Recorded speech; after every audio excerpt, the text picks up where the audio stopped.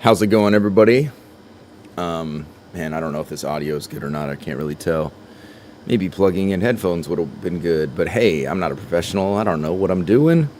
How's everybody doing out there? Thanks for joining me. As always, RIP Ben. Yeah, today I'm 7 years sober.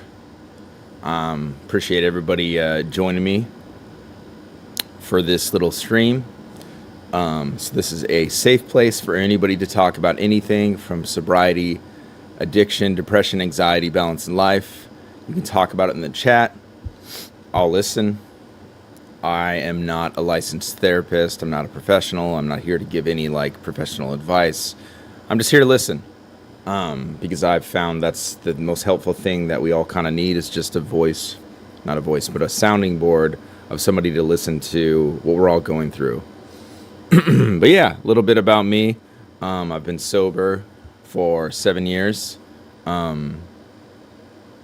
It's been amazing. My journey is really unorthodox in the sobriety community because I don't go to AA. I don't go to any meetings. Sobriety isn't something that's on really the forefront of my mind in terms of maintaining sobriety. It's more so sobriety is just who I am now. And I just don't drink. It's something that's foreign to me as, I don't know, doing meth or something that I've never done. It's not there anymore in terms of the neurological pathway where I used to access it to escape, ultimately escape the feeling of hating myself and not giving myself self-love and ultimately burning myself and everybody around me to the floor. And that neurological pathway isn't there anymore. I feel like the more distance you get from the addiction, the more that pathway will just slowly be paved over. It takes a lot of time, and it's not really a fast process, but I feel like when I first quit drinking, I immediately felt better. So the story of me is, I used to drink a lot. Drinking was very much a part of my identity of who I was. I thought it was a cool aspect of who I was, which is, not who I represent today and not the path that I try to lead today. I was very much a different version of myself 7 years ago, 8 years ago, which is sad for a lot of different reasons. But, it's just not on a good path. I was on a path where I didn't love who I was. I wasn't enriching myself. I wasn't enriching any of the relationships I had. I was really taking advantage of a lot of people, and I was doing a lot of things that I'm still really remorseful of to this day. And I lost a really important relationship to me. And after a month of being alone, I actually went live on this channel. I don't know if you guys can remember, but July 17th, 7 years ago, so 2018, I went live on this channel with a friend of mine who's going to join me later, No Can Do. It's a good friend of mine. We were hanging out, and we were filming a music video during the day, and I was drinking. And I just always drank. Throughout the day, no matter what we were doing, I was drinking. And by the time nighttime came, I was very intoxicated. And I was like, oh, let's go live on the channel. And me and him went live, and I was just super drunk, and I don't even remember doing it. And the next day I woke up kind of in a hangover, and I remember looking at it and just being like, I don't like who I am right now. I don't like this version of myself. I don't like how I'm presenting myself to the world. I don't like what I'm giving the world, because I'm giving this art, but I'm not actually being of service to anybody. I'm not actually doing a lot of good for other people. I'm not even doing good for me. The most importantly, I'm not being good to me. I'm treating myself like garbage, mentally, emotionally, spiritually, physically. And I'm I don't want to be this version of myself. I want to step over towards a path of being a better version of who I am and a better version to the world. And so I kind of just threw out like a number of days that I thought was kind of crazy to quit drinking. And I was like, I'm going to quit drinking for a year. And at the time, that felt like a big deal. A year sounded really wild. And yeah, I just stopped cold turkey. I literally quit. And after like the first month, it felt so good to be sober. It felt like I was like, why did I ever drink? Like my mentality got immediately more clear, positive. I have a lot of issues with being irritable. Like I'm like quick to get angry, and it's something that I'm not proud of, and it's something that I've worked through a lot in therapy, and just like overall just trying to be a better, healthier person will ultimately help that. But I still do have that aspect about me to this day. But that greatly subsided when I got sober. Yeah, a lot of like the other addictive patterns that I was practicing at the time like got way down to the point where they like went away eventually. Everything that like alcohol was keeping me stuck in, ultimately that I was keeping myself in stuck. I can't really just like blame alcohol as a substance. It wasn't an evil thing doing anything to me. It was my choice to engage in it and participate in drinking. So my choice to drink alcohol was keeping me at this level and stuck, mainly bringing me down. I was bringing myself down. I was bringing people around me down greatly. And then once I got sober, a lot of stuff changed. A lot of stuff shifted. I had already been in therapy, but I took therapy more serious when I got sober. I took a lot of things that I was ignoring, patterns that I was ignoring, really serious. And yeah, just trying to heal. I think healing is like a really big thing for me overall, and growing and trying to evolve and just be a better person. I say that I'm not in AA, but I really do the steps, as they call it in AA, without doing the steps. You know, when Lush, you guys know Lush One, it's a really good friend of mine too. He had been sober for a while. And when he was sober, you know, we would talk about sobriety a lot. And he said that, like, he's like, you do the steps without doing the steps. So a big thing in, you know, my world is to be of service to others, and just trying to be of service, like, without expecting anything in return. I think there's, like, no greater, like, vibrational field that you can exist at than being of service, being patient, and forgiving. Forgiving myself is like a huge thing, actually. And that's something that I'm not very good at. But yeah, guys, that's my little journey. You know, I've been sober ever since. I don't get triggered. I don't get in moments even like of extreme depression and going through something really rough. Alcohol is not that pathway to like escape is like pretty much gone. I'm not saying that it won't ever return in the future. I hope it doesn't. I have no reason to want to drink ever again. I don't miss it. I also don't villainize drinking. Like, I exist in the battle rap space where a lot of people indulge in alcohol, weed, things of that nature. And it's not something that I villainize and then I'm like, oh, it's evil. It's about your relationship with anything. It's all about moderation and how you utilize anything at the end of the day. And unfortunately, I'm not somebody that utilized it in a healthy way to myself at all. And I don't think I can. I don't think I even want to. It's not something that I'm like, I think about the feeling of being drunk now, and it is really foreign to me. And it's not something that I think is like cool or dope, like to be out of control. And like, I don't think that shit's fucking awesome anymore. I think it's lame, to be honest, for me. Others, it's cool, but, you know, for me, I don't really, that's not something I like seek out. Even if I want to relax, I'm not seeking that out, but there's so many other things that like elevate me and like make me feel fulfilled and good rather than like bringing myself down for the moment. But I appreciate everybody in the chat. Thanks to everybody. I see Eddie in there. I see Desi in there. How you guys doing? What's up with y'all? What do you guys want to chat about? You guys got me for an hour. Any former alcoholics? Did you quit cold turkey? I'm kind of curious to see everybody else's journey. I know Desi's been sober for a while. No Can Do is actually joining me later. He's here. He's He's gonna come out in like 30 minutes. Let me just text him. And yeah, he's sober as well. No Can Do is sober as well, so I'm gonna talk to him about his journey in sobriety. And it's also kind of funny because he was the last person I ever drank with, so it's like a fun thing. But yeah, appreciate everybody in the chat. Appreciate everybody that's been with me along the way.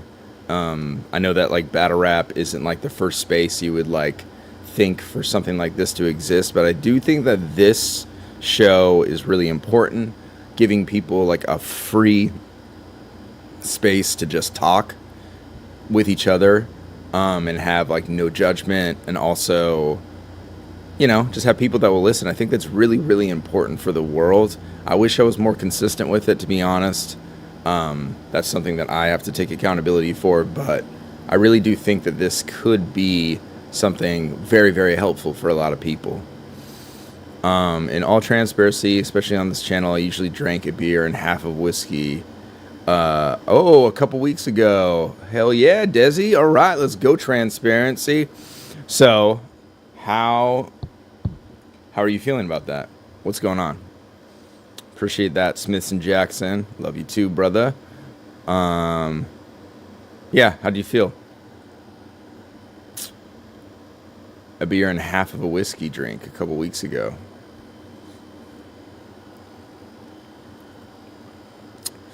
What's up, Chicago in the house? Let's get it. Also, we have the fitness challenge on the channel. So it's a 2025 fitness challenge. We are challenging people to just get healthy by the end of the year. It's cash prize, a lot of other cool stuff. Engage. I'm going to be posting clips and people talking about working out throughout the year. Just trying to get this, motivate and elevate and try to get people psyched about like working out and being healthy. I have 2 beers in my fridge that just sat there since it's not screaming my name like it would have years ago. Hey, that's great. I mean, I was the same way. Barry, appreciate that, man. Appreciate that. Hum along. Eddie, thanks for joining. Lucho, good to see you. Yeah, I'm not that, like, my past version of myself wouldn't be like that either. I would be like, if I had beer anywhere, I'd be like, let's finish it. I wouldn't be one to drink half a beer and like set it down and not finish it. I would be like, no, you finish the whole thing. I think that's probably, you know, speaks to my alcoholism, but also speaks to me just being a glutton at the end of the day too. I think that's a big part of me, is I'm ultimately like, portion control is foreign to me. But yeah, that's good to hear. That's moderation right there. I think that's healthy. I don't feel any type of way about having those drinks, to be honest, because I wasn't shamed into sobriety, right?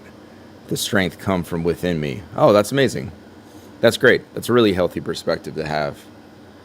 Yeah, it's kind of funny. Ben actually, something happened with Ben when we were in Tampa once. He was like having a beer that was like flavored or something. And he like looked at me and he was like, do you want to try it? And I looked at him, like at the time I kind of got a little bit, I was like, because I was like, are you not taking my sobriety serious, Ben? But it was really like, it was interesting. His perspective on sobriety was a little bit different. Like, he was looking at it like, I know you're sober and I know you're not going to drink, but this is just, you want to try it for the taste. And he was treating it like a soft drink or something like that, where my perspective on alcohol, and probably still is, just to be honest about it, and I don't know if this is like correct, is that it's something that's just completely off limits. It's not something that I like villainize and be like, oh my God, no, there's no way I can be around it. But like, just drinking it is off the table, and drinking like a sip is also off the table, which I could see his perspective on like, hey, do you just want to try it? I know you're not going to drink this whole thing. I know you're not going to like have a sip and then just like turn into like Dr. Jekyll, Mr. Hyde. But I always thought that was really fascinating, his like perspective on sobriety. The more I thought about it. And R.I.P. Ben, hell yeah. The GOAT. But yeah, how's everybody doing? We haven't done these in a while, so wanna check in with y'all and see how you guys are holding up. You just don't want to waste beer. That's hilarious. Yeah. Yeah, shit's good. Life is good. Life's a blessing, right? Everything is. I was like that. I would agree with that. Yeah, for sure. Definitely. Hi, Avo. Was going cold turkey challenging? What helped you get through the first month? Honestly, going cold turkey was not challenging. It was actually really easy. And I will say this. I am hesitant about sharing the way that I got sober with like the sober community, because I know that I want to have care for others' journeys, because my journey is unique to me. My journey is insanely unique. What I've done in life is not, I'm not trying to say what I've done in life is like the most wonderful thing and it will never be replicated. I'm not approaching it from an egoic vantage point. What I'm saying is that my journey worked for me because of who I am, because of my experiences, because of how I grew up. Going cold turkey, I might not work for everybody.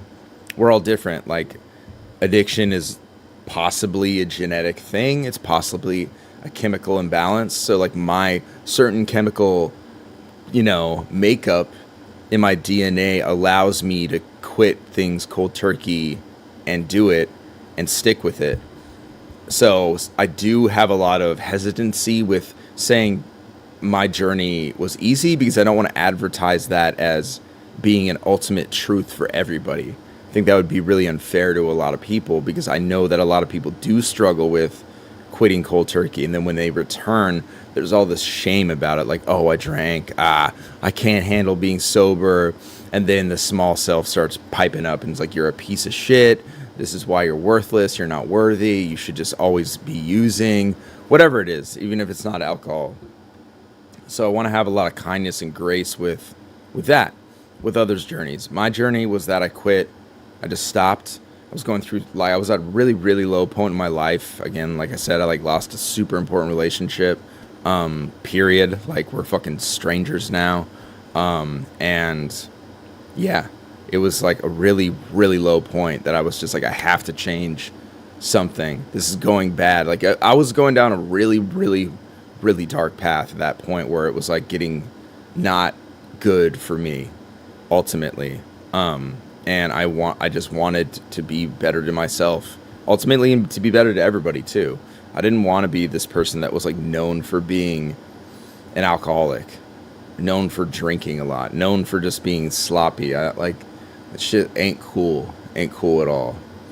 So it was easy-ish for me. I will say that it was easy for me to do it. I don't think it's a barometer for anybody else to operate on. I think you should when you're going about sobriety, you should do it the way that it works for you. If quitting cold turkey doesn't work for you, you should give yourself a lot of kindness and grace and compassion, and attend meetings. Maybe go slower, taper off. Maybe that's the healthier way. Lucho, appreciate you. How's it going? Coming up on 6 years sober next month, and this channel has always been a comfort to come back for. Check in on one another. Love y'all. Appreciate that, Lucho. Also, congrats on 6 years. That's fucking huge, dude. Hell yeah.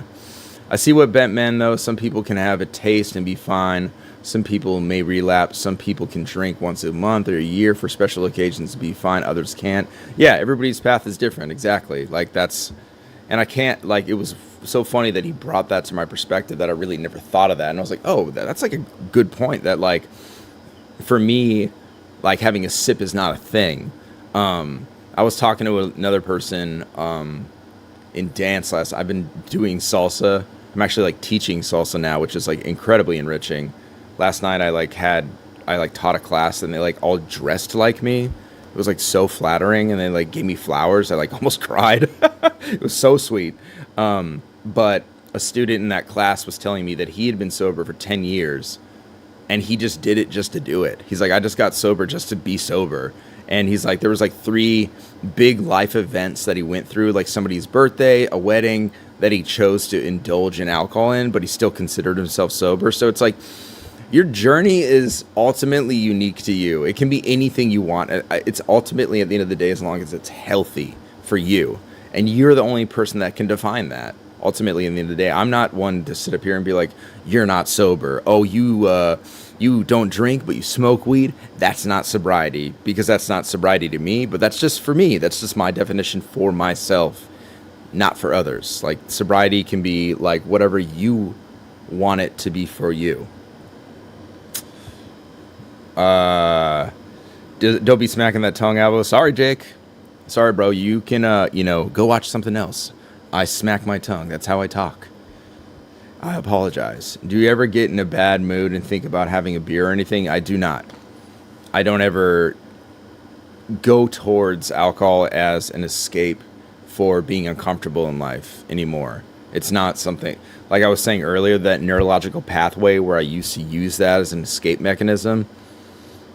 Yeah, I don't have that anymore. It's paved over. It's like literally gone. Even when I've been at like insanely low points in the past 7 years, it's never been, oh fuck, I really want to drink. Maybe I should drink. It's never that, because I think about how it would feel drinking, and it's not good. It doesn't feel good. I'm like, oh, I'm sad and lonely right now, or I'm depressed, or like whatever I'm going through. And then I'm like, if I think about drinking, I'll be like, oh, I'll be drunk and sad and lonely. It's not like it's going to absolve my issues, absolve my feelings. What I really do now, if I'm feeling some sort of low point, I just let the feelings go through me.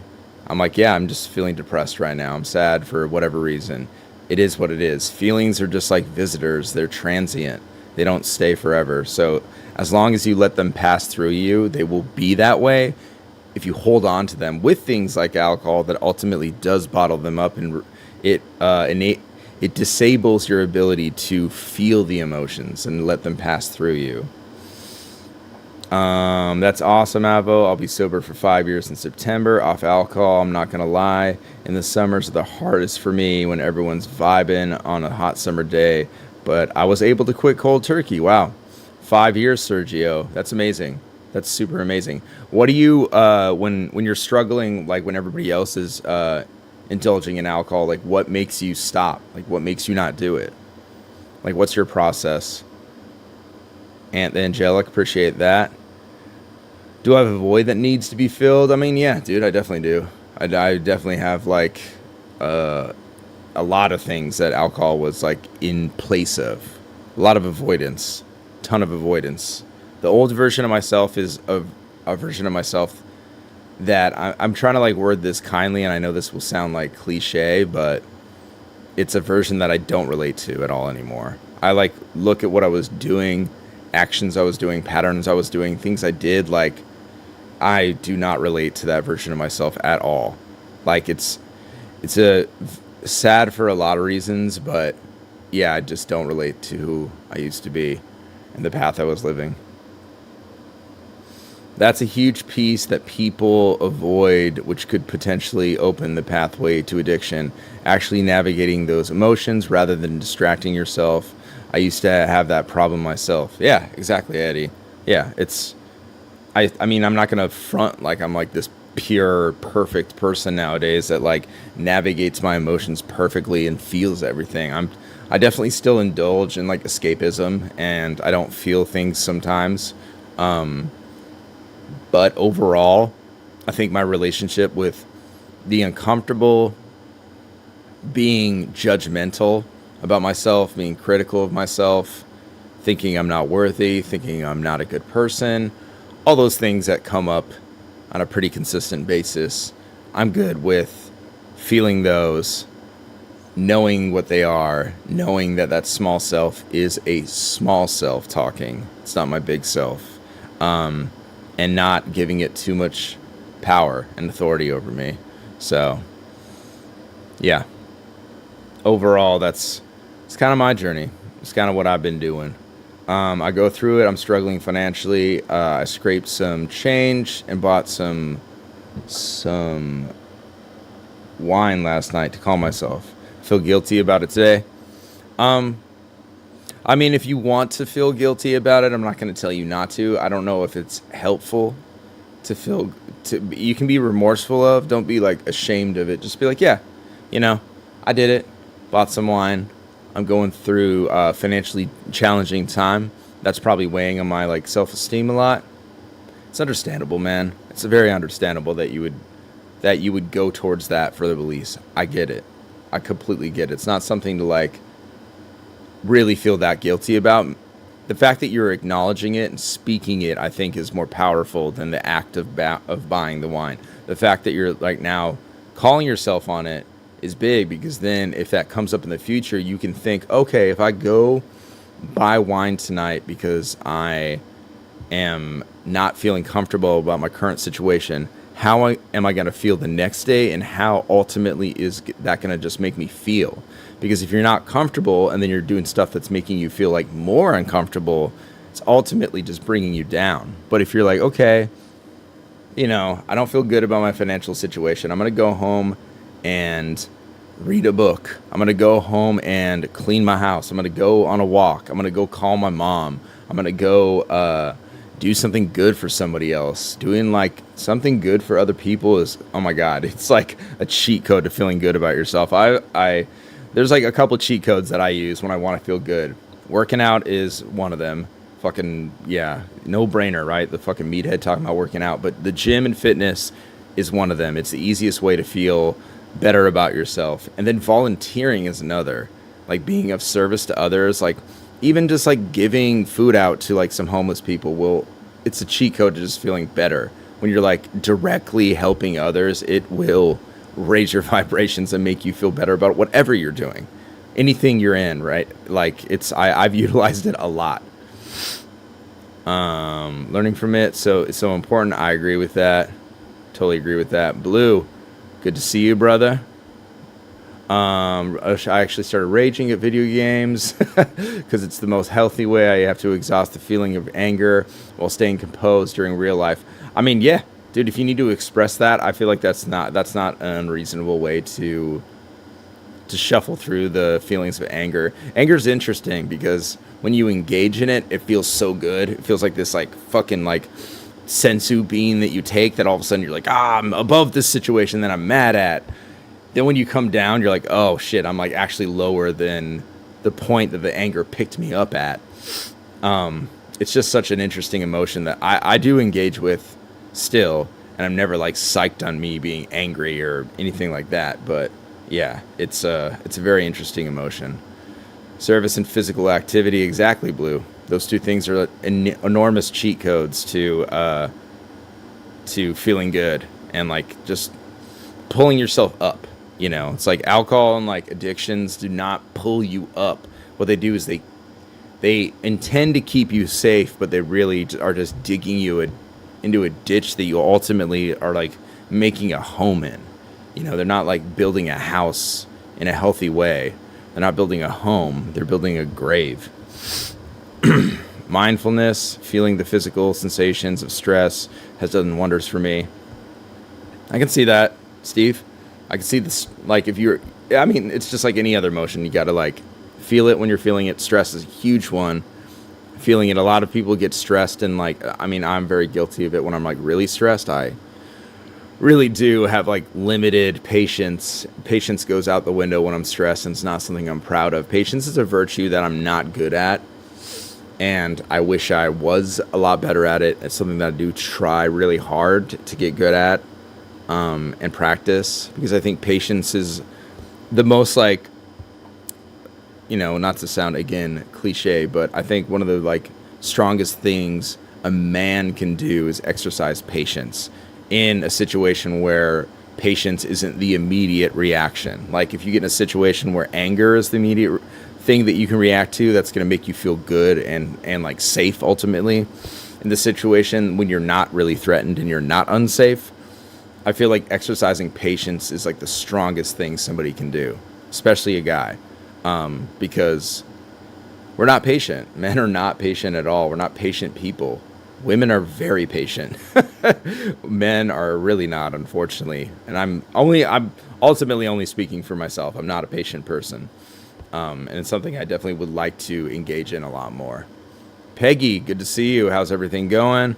I've never dealt with that personally, but I've lived with a lot of people that deal with it. I have a really serious issue with agoraphobia.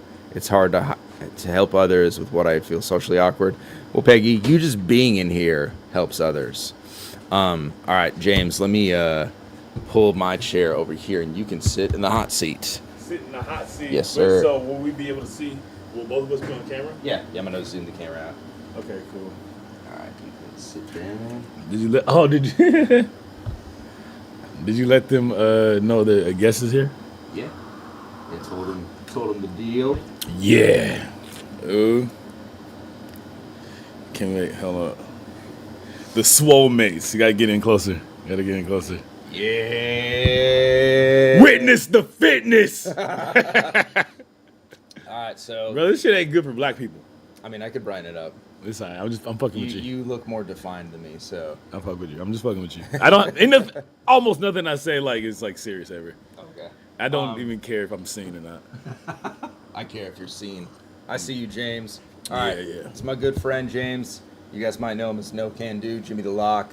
Yeah, we've been buddies for a while. Ironically. Since I beat him in the pull-up contest. Yeah, that happened once. Well, that could happen again. You could probably still beat me, honestly. I haven't done pull-ups in a minute, but yeah. I bet you could still beat me. How many pull-ups can you do? Right now, like 8. Oh, yeah, I could beat you for sure. How many can you do? Fucking 28. I don't know. Well, you can do 28. Right I know I could do 28. 20. Easy. Damn, that's pretty crazy. You know.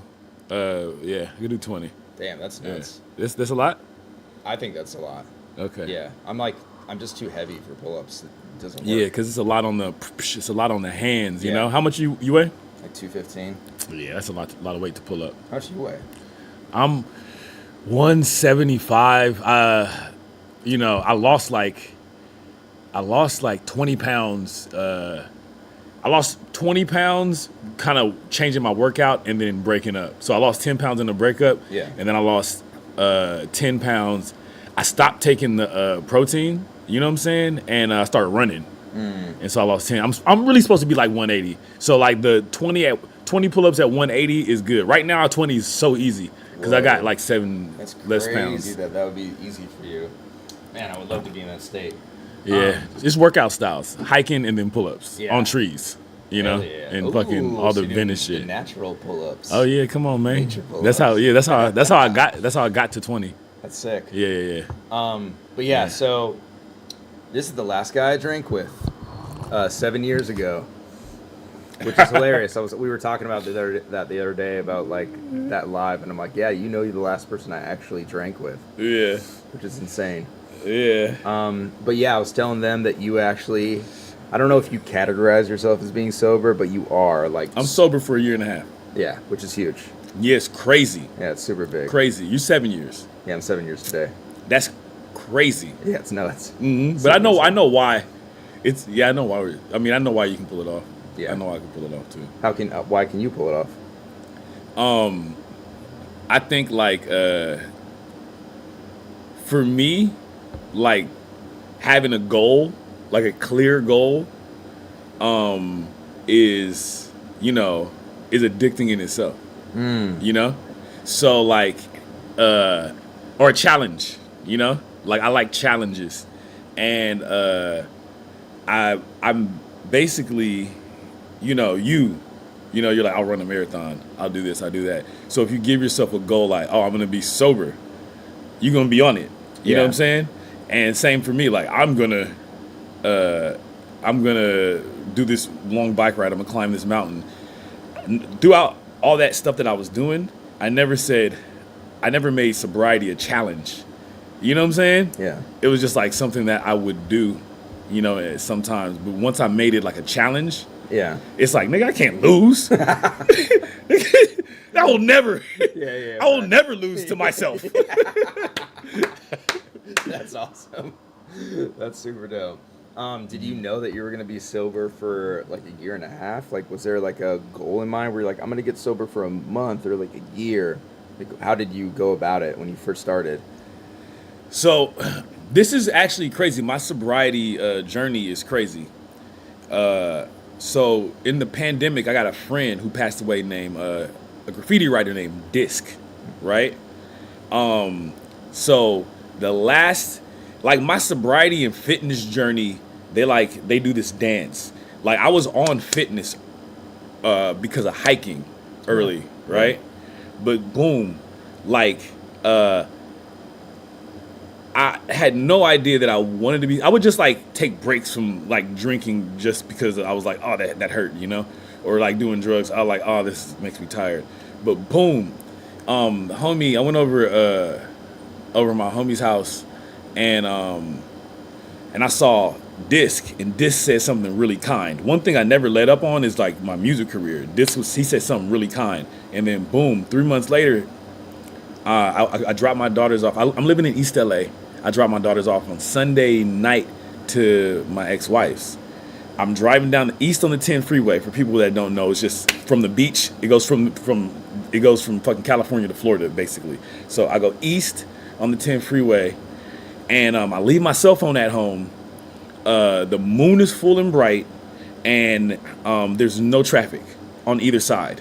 Whoa. And it's 9:30, and if this was fucking that's crazy. like Phoenix or some shit, but there's no reason. It was like no lights. Whoa. So boom, I'm driving down the freeway, and then so leaving Santa Monica, when I get to like Normandy, I look to the left. It's like somewhere between Arlington and Normandy. I look to the left, and I see like a dead body. Whoa. I see a dead body, and it's like a car freshly hit somebody. Whoa. Yeah, and it's just spooky and eerie. And then I get to the house and I get a text, and my homie, my other homie, Ahoy, my graffiti writer homie, says Disc died. So, whoa, boom. So like, I'm tearing up thinking about this shit. So, Disc died from, he just drank himself to death. Yeah. And I at that moment, I go sober for six months. And it's during the pandemic. Yeah. And basically what makes me break, I was like in this relationship where it's like it was like something where like it was, I mean, that's even a part of my sobriety, but it's I feel like for alcohol or for me in the music industry, it's like, I think it's in a lot of people's benefits for like artists to be unsober. To be unsober. Yes. Yeah. It's in their benefits because of your no is stronger when you're sober, and then your energy, you're like super focused and you're on it. You are harder to control. Yeah. You know what I'm saying? Yeah. So boom, that happened. But then I'm still in that relationship. So boom, like 3 years later, it was 2024. It was New Year's 2024, and person who I was in a relationship was playing the show, and it's actually a funny story. So, she's playing the show, and she like is a part of like the LGBT community and all this shit. So I'm there. I invite some people that I know, and I invite some other people I know. But I got like the more fucking MDMA than I've ever had. I got like 2 packs of cigarettes. Yeah. There's like free drinks or whatnot. Everybody's doing like their shit, K and fucking Coke and all this other shit. And I'm just like, I just like Molly, cigarettes, booze. And and I end up having like the perfect party pack, but I don't enjoy none of the people I'm around. Yeah. And I realize like I don't feel like I'm on the love drug. I don't feel no love. Like I don't feel no love. And there's a person there that is actually, she's from South Central. She's a trans chick, and she's like super popping. And she might have been like the most like that's the most important person there that night as far other than me, you know what I'm saying? But it's like there's moments where it's just I'm just sitting here like smoking a cigarette with this trans chick that I don't even know. You know what I'm saying? Yeah. She's from my neighborhood. She was originally from my neighborhood. Like I'm from the 50s and she's from like the 40s or something. So it's like we're like paisanos. Like we're like we just of the same area. Yeah. So after that, I just go sober then and there. Whoa. I'm just like, and it's New Year's. Yeah. So I fall asleep high. Yeah. And then I wake up and I'm like, nah. I decided I wanted to do a month just to challenge myself. Yeah. But two pieces of information actually that are like that cross made me go to 2 months. So I want to do a month to challenge myself. Then the Quran says every time you drink, you kill your guardian angels for 2 months. Yeah. Right? Yeah. So I was like, okay, but then my daughter also told me, because my daughter said Glorilla was sober for 2 months and wrote FNF on day fucking, like, what is it, fucking day 60. Yeah, like, yeah. she was sober for 2 months and then she wrote FNF. like, and I'm like, oh shit, the Quran was right. That's amazing. Yeah. The Glorilla really pushed it over the edge. That's amazing. Right? But I was going to listen anyway. Yeah, facts. So, but then I was like, oh, let's see if I can make it to my birthday. No, let me see if I can make it a business quarter. So 3. Yeah. Then I said, let me see if I can make it to my birthday. And then I was like, oh, let me see if I can make it to when I finish this project. So you were always just kind of like extending the deadline because you're like, I got there. I want to see if I can get there. It's kind of like when you bike or like swim or run. It's like, okay, I did a mile. Let me see if I can do 2 miles. Let me see if I could swim for 30 minutes instead of 15. Let me see if I can bike 10 miles instead of 5. So you were just like extending it every time. And that's how you got to a year and a half. To a year and a half. And it's goal based. If I give, it's like, I'm from the tournament battle era. Yeah. So it's like the trophy at the end. Facts. So I'm like, okay, cool. The clarity of the 2 months and getting my guardian angels back. Being able to have a big drug blowout on my birthday. Like, you know what I'm saying? Finishing this project with this clarity I have. Yeah. A lot of it is like, oh, when this bag comes or when this other trophy comes or when this comes, I'm dangling a carrot for sure. Yeah. It'll be like, I want a fucking huge boat. So I'm like, the biggest after I get those things is like, when I get this boat, then. But I'm gonna just keep doing it. But yeah. I like my grandma was sober. My grandma, she raised me. So she was, she was sober. And when my grandmother passed away, that happened in the pandemic. I inherited a lot of her, a lot of stuff that she was on that I was pushing away. Yeah. I inherited that shit. So like all kind of shit, now I'm like, oh, I see why. And it's mostly because of power. It's mostly because of power dynamics. It's mostly because of hustle. Yeah. You know what I'm saying? It's mostly because of like productivity, clear thoughts, Power over yourself? Power over myself for sure. And also, I don't want to say it's power over others, but it's like once you enter, I'll just go back to the music thing, right? Yeah. Once I enter a situation where, like, let's say I come in the room as a songwriter. I've had this. I was working on some R&B singer shit, and because we're from the battle rap world, right? How we approach creativity is like all meritocracy. You know what I'm saying? It's like whoever had the best verse. Yeah. But let's say you go into like a place where it's based on relationships. You know what I'm saying?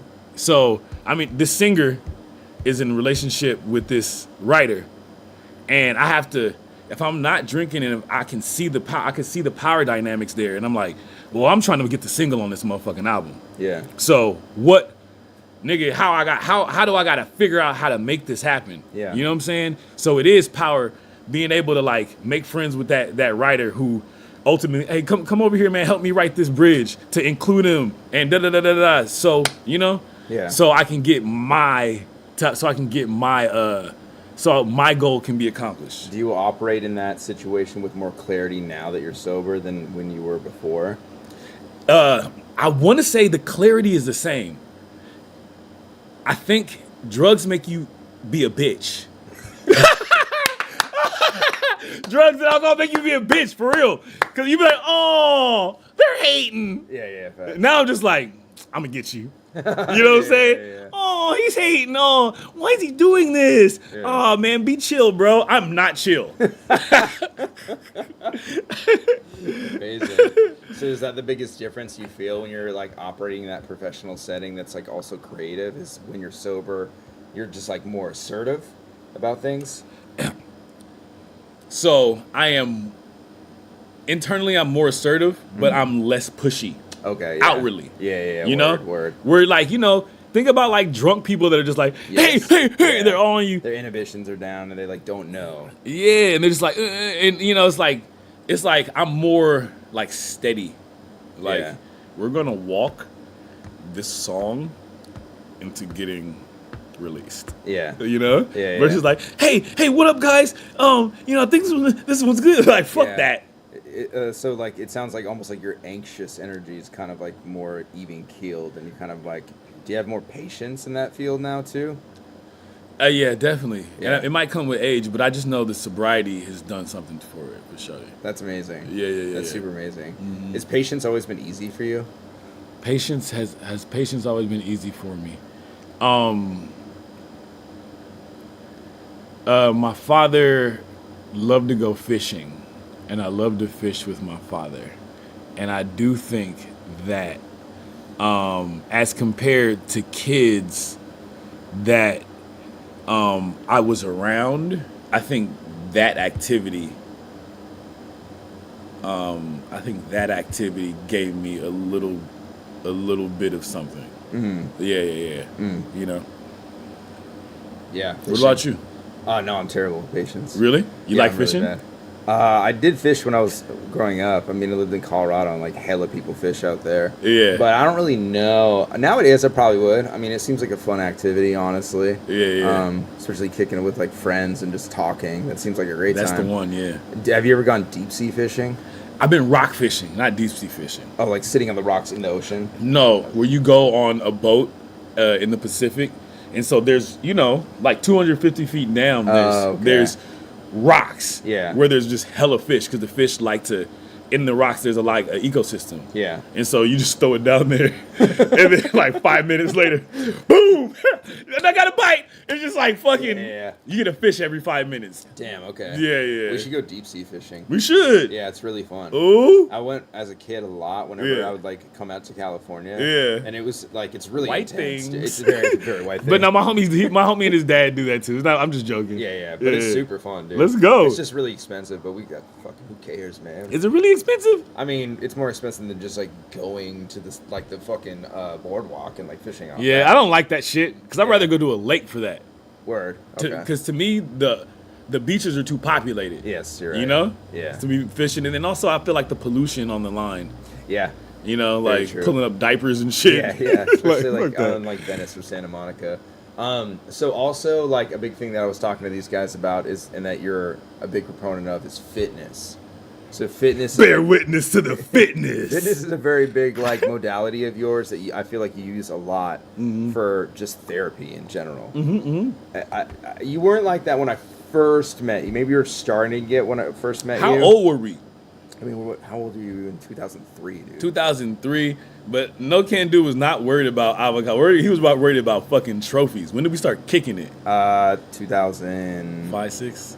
Probably a little bit later, because then we filmed the documentary around 2007. 2007? But then So let's say it's 2007. Yeah, 2007. That's when we had to be in a room together. Yeah. You know? So 07, so 18 years. 07,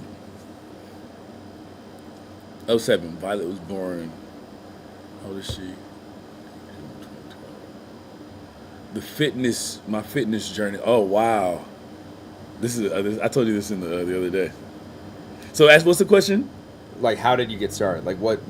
Oh, yeah. I mean, I know that story, but like, what got you like into it? And because I feel like you utilize it a lot, like me. Like, we're similar, where we utilize fitness for like therapy. Yes. You know, like where we go We're and cheap. like we don't feel. Well, yeah, I go to real therapy, which sucks, but like we don't feel complete unless we move during the day in some way. Yeah. That's that. I know with you that's a lot of things. Like you climb mountains. Yeah, exactly. You climb mountains, you swim, you bike. Yeah. You don't just go to the gym. Yeah, I go to the gym too. Yeah, but you have like a multitude of different things where you can move to feel like you're active. You know, and I feel like that's different than like you being like, I need a 6-pack for the summer. Yeah. You know, it has nothing to do. I got a 6-pack, but on accident. Yeah, exactly. Yeah. It's like a byproduct rather than being the main goal. You know, I got a 6-pack from a breakup, nigga. Not a hoes on me, no. Not just joking. But when did that come into play? Because I know you weren't always like that. So the funny story is, I've always loved to hike. My Kenneth Hahn Park is like right in my grandma's neighborhood. Then, I have like pictures with me and Violet, but I didn't have an idea of routine at all. Yeah. You know what's so funny? Scribble '07, for breath control. I had a treadmill. In the summer of '07, I had a treadmill in my living room. And my homie Ahoy was crashing on my couch. Ahoy and Cash. Mm-hmm. And I used to put on instrumentals for an hour and run for an hour and freestyle while they threw me words. Whoa, damn, that's crazy. Yeah, so if you watch like Scribble '07, the difference between '05 and '07 is I'm so calm. Yeah. You know? Yeah. And it's because I have so much breath. Yeah. So that's the first time I utilized fitness for my craft. My craft has always been first, no matter what, because it's always the first like I never was like athletically good, right? I played baseball a little bit, and I play Street Fighter. It's a sport now, and and so like like the first feeling that I got like trophies and stuff like that was battle rap.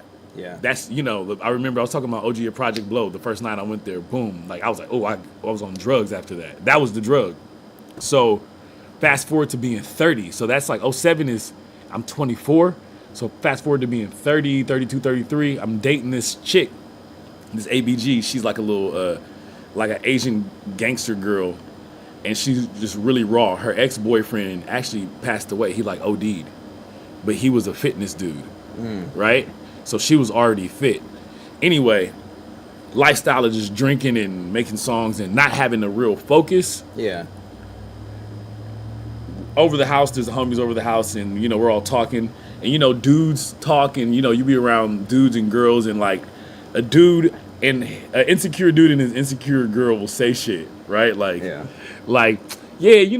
girls don't even like muscles. And then the girl be like, yeah, baby. Yeah. And then my ex was like, you know what? Actually, she's raw. She said, when I see a guy with muscles and he's in the gym a lot and he's taking care of himself, I want to suck his dick because I think his cum tastes good because I know he's eating right and he's healthy. That's nigga. Bro. Oh my God. Oh, after that, I was like, oh shit. I was like, no one's ever said it, like the opposite sex has never said anything that real. Ever. Yeah. That extreme too, where you're like, oh my God, fuck. Yeah. So I think like I was still drinking drugs, but I like that piece of information really was like, oh wow, like motherfuckers be lying. Yeah. So it's like that's like the dark part of it, where it's like, yeah, dude, actually I want to be like, I want this woman to think I'm attractive. You know what I'm saying? And I want her to, do what she said she was gonna do that. Yeah. But then we broke up, and I was like kind of like I didn't have like any I separated from my ex-wife. I didn't have like a regular life. I had studio 7 to 1, like a few scattered days out the week. I didn't have like anywhere to be at a time. So I gave myself 3 hikes Monday, Wednesday, Friday. And it was for fitness, but it's also for thinking, for writing. Yeah. Because I would just, if I'm sitting here writing, like if I write a verse right now, it'll come out, but if I could do a hike, it'll just birth itself in my head. Interesting. So I would do the Culver City Stairs once, and then I would do like Runyon, and I would do Griffith Monday, Wednesday, Friday, or Runyon, Culver, and then actually Henninger's. So 5.5, and I do stairs 4 times, and then I do Runyon just to see the cuties. Yeah, it's a scene. Exactly. When did that become like mountains? Because we did a mountain together. Yeah. It was pretty sick. Yeah. When did that become like... Do you ever show that picture to people? I don't even think I have a picture. I have a video of the drone shit. Oh, word? I'll send it to you. Hell yeah. When did be... that, again, girls... dated a white girl. I dated a white girl, and she fucking... she wanted to challenge me. It was like a fuckboy test. Yeah. And she took me to Mount Baldy, and then I fell in love with Mount Baldy, and I was doing that once a week, and that's like a 10,800 feet Mount San Antonio. That's the tallest mountain in Los Angeles County, and it's the Tongva Indians. That's their Garden of Eden. That's their the birth of civilization to them, and I think it's 11 miles, and it's pretty steep, and that was like a drug. Damn. That you get runner's highs and shit like that. Yeah. That plus the lack of the lack of oxygen, the low elevation. Man, my eyes like a cat when I come down. I'm just like, it's I'm really sick. some other shit. You're definitely on cloud 9 when you get done with it. Yeah. It's super dope. Mm-hmm. What's like? How long did that take you to do that? The first one I want to say is like 8 hours, but then I got to the point where I could do it in like 4:30. Damn. 4:35. That's crazy. Yeah. Even the one we did took like a while. Took 8. Well, it took 6. We probably killed We were it. chilling it though. Yeah. At the top, we like chilled for like an hour and a half, just like talking and eating. Remember that? Yes, I remember. So like that took up a good amount of time. I don't count that time. I don't count the sitting. Yeah, you shouldn't. Yeah. Okay. So yeah, I mean, because we weren't moving. Yeah. But yeah, I mean, we did that relatively fast, I feel. Yeah, we did that fast. Yeah. Yeah, and you killed that shit, but you are a beast. It was fun. You're a beast. It was super fun. That's right where the fire started too, which is nuts. Yeah. That's super insane. So like, okay, so like, you've always had fitness, right? Fitness is a part of my sobriety because I learned, like, especially like last year, if I feel, sad or I feel anxious or something, I run out to go do something. Yeah. You already have fitness. Yeah. So like, what activity, or do you have an activity? What do you do when do you ever, first off, do you have like the urges to like do any of your old fuck shit? Yeah, well, not drinking, but like a lot of other stuff for sure. Mm-hmm. And that I feel like that will always be there, that impulse, which is why I'm like careful when I talk about drinking, because drinking for me is like the need to do it and like the urge to do it when I'm uncomfortable is gone. Like I don't have that ever. It's like not an option to drink anymore. Mm-hmm. It's not a thing. It's like kind of as foreign as like I've never done like heroin and I never think about heroin. Or like, oh my God, I'm uncomfortable. I should, it's like not a thought. Yeah. But other stuff is. And I Yeah. don't think it will ever really go away because it's just like a part of everybody's experience. It's just like an unhealthy relationship with that. Yeah. The urges for and other stuff. Is it like cocaine? Is it sex? Is it like let's be It's clear. sex and intimacy. Sex and intimacy. Yeah. So, okay, wow. Intimacy avoidance. Intimacy of, oh shit. Yeah. Wow. Yeah, which is like I feel like that will always be a dynamic struggle and something that I work through. Yes. So when that type of when I start to get in like patterns that are like old and of that nature, I definitely like question what I'm feeling, where it's coming from, and then also you can like break things apart. Like, oh, where's this coming from? When did this start? Till the end of time. But you gotta eventually just do something. Yeah. You gotta like not do the thing anymore. Do something else. Yeah. Work out. Go be of service to others. Like be a good person. Yes. That's what I do. I like lean into that. Yeah. Like last night with the dance class, I like fucking threw them a pizza party. I like bought 10 pizzas. Yeah. A million. Was cupcakes. it Little Caesars? No. I went to. I like spent a lot. Of What'd you get? What'd you get? Like I forgot. It's someplace in Beverly Hills. So it's some like really nice pizza spot. Baller. Yeah, it was so. But like that type of thing is like super what I lean into.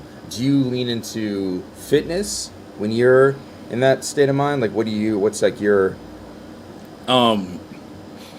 So. Creating things and fitness. Creating things and fitness are the only things.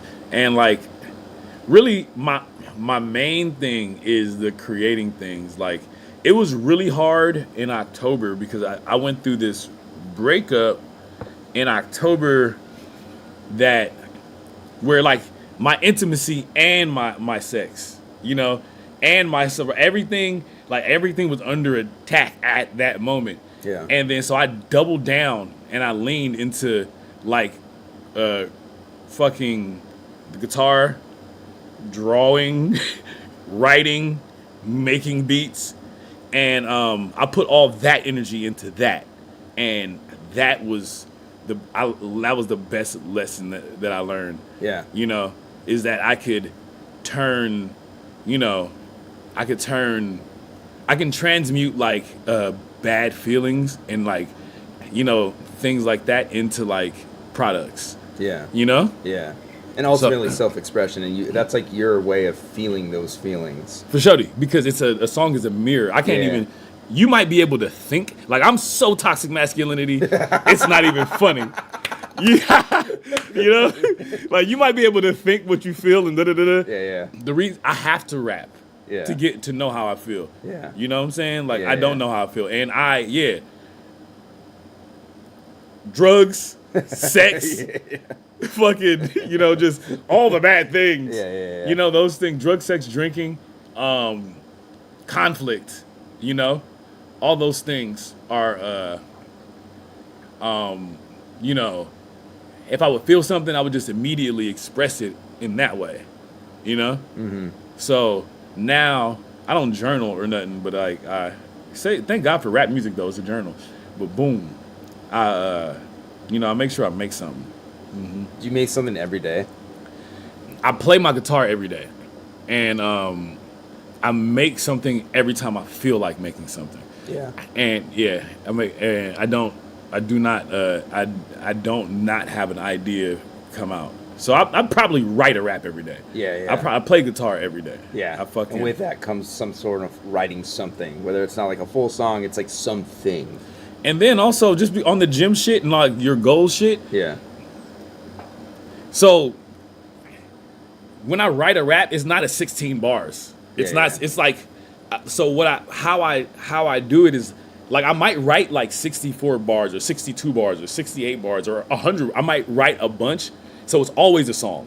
Yeah. So it's like I have 3 verses, a bridge, and I write like little words, so I can just take everything that I write if I need to and take it and turn it into something. So I write a song every day. Okay. Yeah, word. Yeah, okay, but that makes sense. It could be a song. It's like say, do you build a? It's like saying, do you build a house every day or something, or do you build a house every like? I get all the shit for it. Yeah. Every day. Yeah. Every day I get all the materials for it. Yeah, that makes sense. Mm-hmm, that makes sense.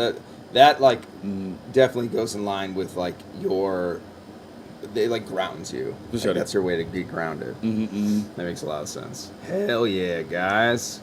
This is very special for me because, you know, this guy being the last guy I drank with, it's like really wild to me that we're both like on such similar paths. Yeah. In terms of like sobriety, fitness. Yeah. Like we just do things slightly different, but we're ultimately kind of like going along the same trail. It's kind of just going like this in the same direction, you know? Yeah. Which is fascinating. Super fascinating. We just like took different routes to like ultimately get there. Yeah. Like how I viewed you though throughout time is you always been on it. Like so even like you know, that's the thing about like drugs and alcohol. You know, like I mean, maybe you can say the same thing about me, but you know, made sure you were front and center for everything battle rap, right? So you're present in this scene and in this work, right?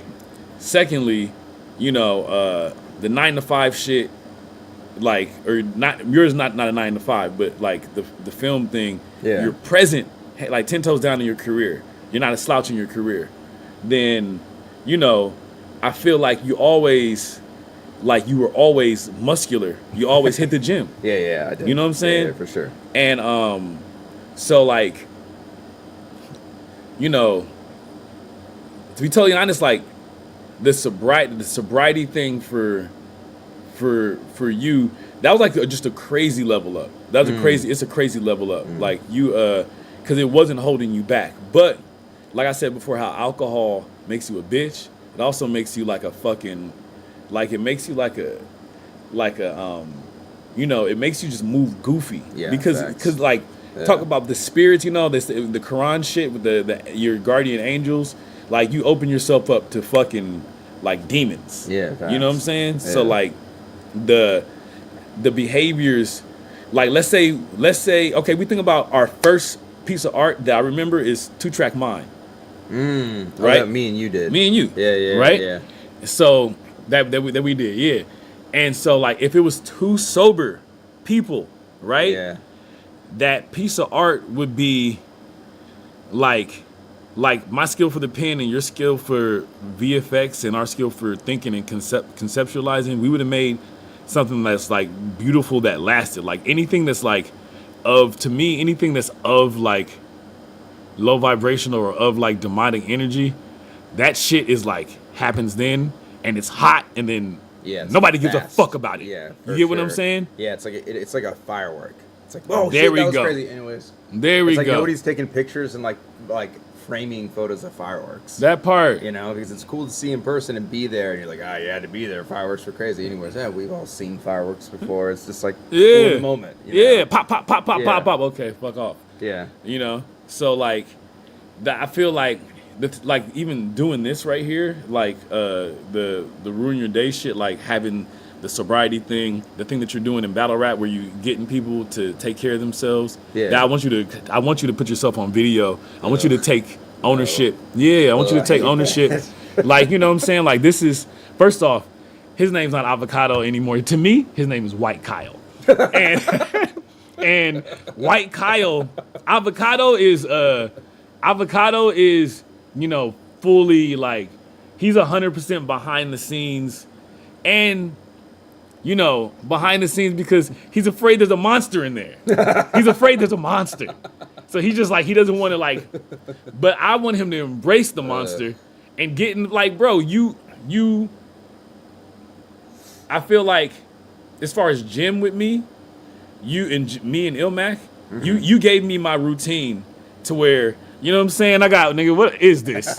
What is this, bro? Yeah, I got that. Come on, fool. Come on, fool. I'm a skinny ass guy, man. Come on, man. So like, you know, I do think that like everything you're doing now is just more important to humanity, more important to, especially battle rap scene, which is directly connected to urban culture, which is directly connected to like white supremacy and fucking colonization. No, for real, bro. I know. You know what I'm saying? Yeah, so it's like, super facts. you know, it's like, like raising the vibration of the people, in this thing. Yeah. You know what I'm saying? Yeah. Like that is, you know, by you raising your vibration and you being a steward for it, you raise the vibration of the quality and everything already. Boom. You raise the quality, but now it's like, you know, imagine some of these great pens, you know, that just are not fucking, they with those demons release off them. Yeah. You know what I'm saying? I know. Yeah, it's going to be really interesting to see that whole thing play out.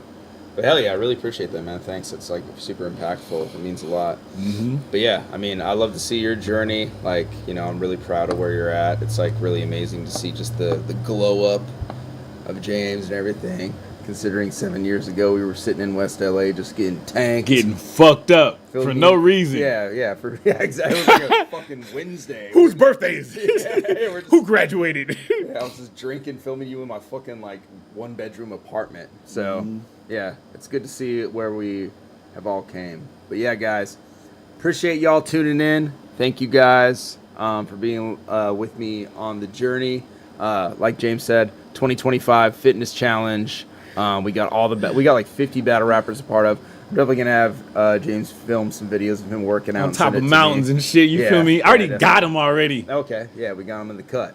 But yeah, anybody else that want to follow the fitness challenge, follow all the socials. Ruin Your Day. We posted the workout plan and like a very loose like diet to kind of stick to. It's super loose. There's like no real secret to this shit. It's literally like limit processed foods, eat clean, and work out. That's it. Get EBT if you're in California. Look, get EBT. Don't be ashamed. Yeah, no reason. Buy hella chicken, buy hella rice, buy hella vegetables, drink hella water. You know what I'm saying? Like, look, the way y'all be eating and drinking and doing all that shit, you're gonna go to jail anyway. You're gonna make the decision to send you to jail. So you might as well eat like you're in jail right now. Clear up your body, your soul, and your mind. And then boom, stay free. You know what I'm saying? Now, how do you think, look, We eat like we're in jail. We live we're just. I talked to the homie in jail. He eats the same thing Kyle eats. He does what Kyle does, other than motherfucking film battle raps. You know what I'm saying? Amazing. But yeah, guys. So it's not like fucking groundbreaking, like some scientific approach. It's really simple. The main thing is just being disciplined with it and staying consistent. That's really the hardest part. I'm gonna add more. Fuck that. Hey, bro, when you take care of yourself, look, man, you're fucking, dude, your sexual stamina goes up the roof. True. I mean, yeah. You know what I'm saying? The morning wood is more woody, bro. You know what I'm saying? Like, that shit, that shit works, bro. Look, he's gonna tell you all this high vibrational shit. Yeah, James is here to bro, talk the real shit. Look, hey, cops be afraid of me now. Cops be afraid of me. They be like, I'm gonna arrest him. I don't. Oh my god, that's so funny. Hey, that needs to be the slogan. Make cops afraid of you. Make cops afraid. Cops are afraid of. They've been afraid of cops forever. They call for backup. Hey, look, bro. Look, bitches be on me, and they mama and they grandma. They mamas be throwing them to me, bro. It's it's crazy. It's fucking crazy. It is like. This is good. Like, there's all these other things where it's like, how like the dude at your job that is like a dick to you or whatnot, he won't be a dick to you. He won't be. I swear to God, that's true. He will transfer. Yeah. He will transfer slowly. He will complain about how, you know what I'm saying? Like, once you level up like the physical appearance, you know what I'm saying? Once you honestly, I never told this story on camera. I might have told this story on camera, but I don't think I ever have. After I climbed Mount Baldy, I was actually in a little bit of street beef. After I climbed Mount Baldy, these motherfuckers couldn't even walk around me no more. They couldn't walk around me no more. They couldn't be around me, nigga. It was like, the pack dominance and shit, like with dogs. Yeah. Like, it's certain, like when certain animals come in a room or whatnot, like other dogs have to move, It's certain things. And it's like, if you ever seen like a dominant dog, it's like just so calm and it's just staring or it's pacing or whatnot. Homie, you need to, like he's going to tell you the sweet shit. He's going to tell you, that's awesome. Homie. They will bow down. They will bow it the fuck down, bro. Bitches, police, motherfucking bitch ass niggas, everybody will bow it down.